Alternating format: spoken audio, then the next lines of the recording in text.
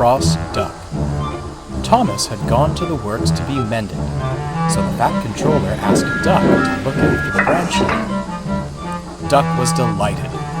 It was a nice change, and he got along swimmingly with the coaches.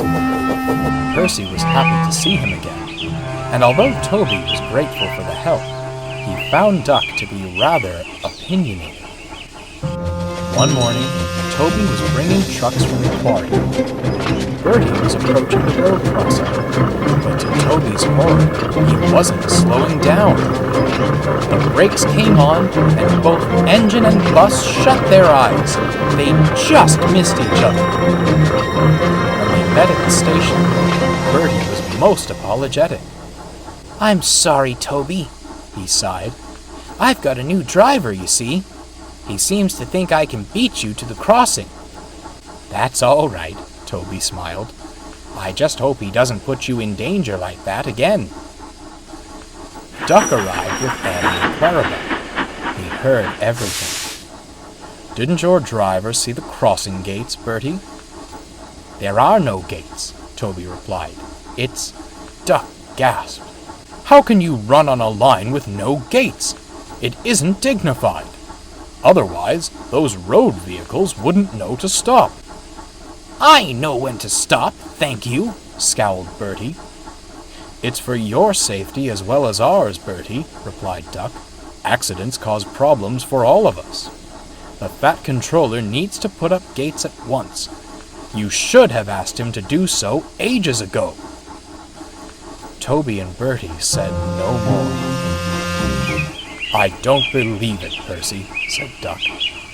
"I never thought Toby would be foolish enough to run on an unsafe line." "The line is safer because Toby runs on it," replied Percy. "His cowcatchers and side plates work wonders.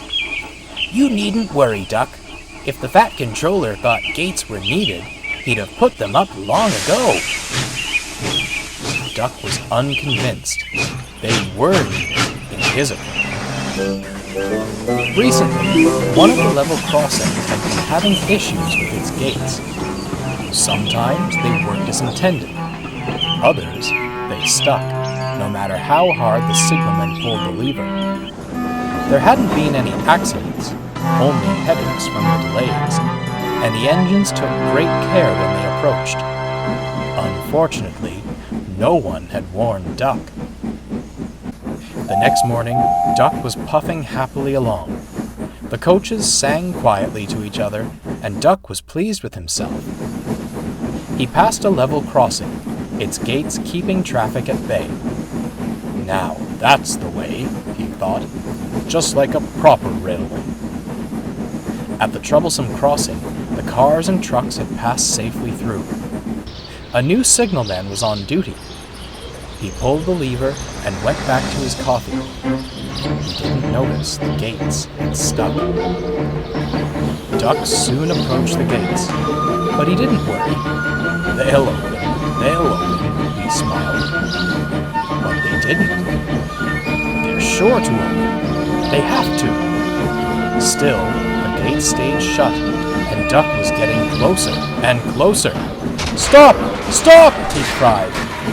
His brakes screeched and his whistle blew, but it was too late. Crash!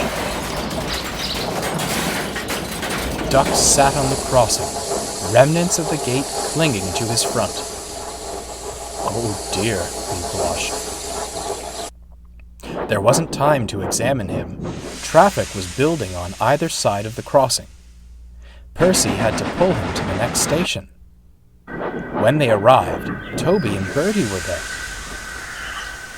"Toby," asked Bertie, innocently, "who's that?" "It's Duck," replied Toby. "Though it seems he can't decide between pulling a train and being a crossing guard." "Whatever he's doing, it doesn't look very safe to me." They laughed as Bertie roared away with his passengers. Duck blushed once again and looked at his buffers, decorated by the broken gate.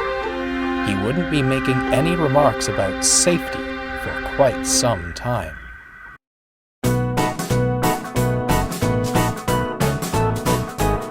They're true, therefore they're 6 6 they're 8, shunting trucks and hauling freight. Red and green and brown and blue, they're the really useful crew. All with different roles to play, around Tidmouth sheds or far away. Down the hills and round the bends, Thomas and his friends. Thomas is the cheeky one,